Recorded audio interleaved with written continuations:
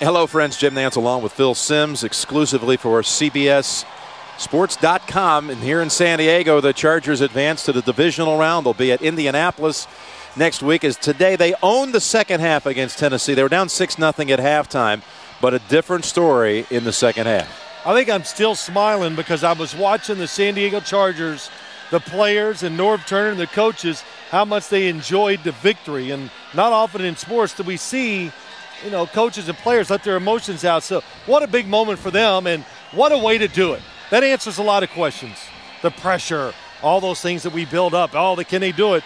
Well, they did it today. That was enjoyment you saw and a whole lot of relief. Now, how did they do it? How did they do it in the second half here? Hey, Jim, so many times we spend all of our time talking about quarterbacks and all the stars, and it's the big guys. The offensive line for the San Diego Chargers in the second half, they won the game.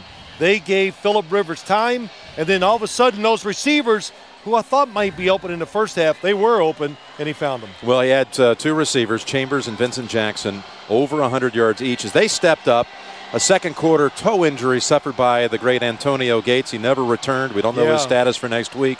But this San Diego defense showing some diversity, though, with more weapons, and the Chambers pickup proving large again today. Yeah, it really was. To lose a player of Antonio Gates, of his experience and how good he is, to lose that and still to overcome it, tells you a lot about the San Diego Chargers. And there's no denying, when you label the best players at the position in the NFL, the Chargers have a lot of those guys in the top 3 or 4 in their position in the league.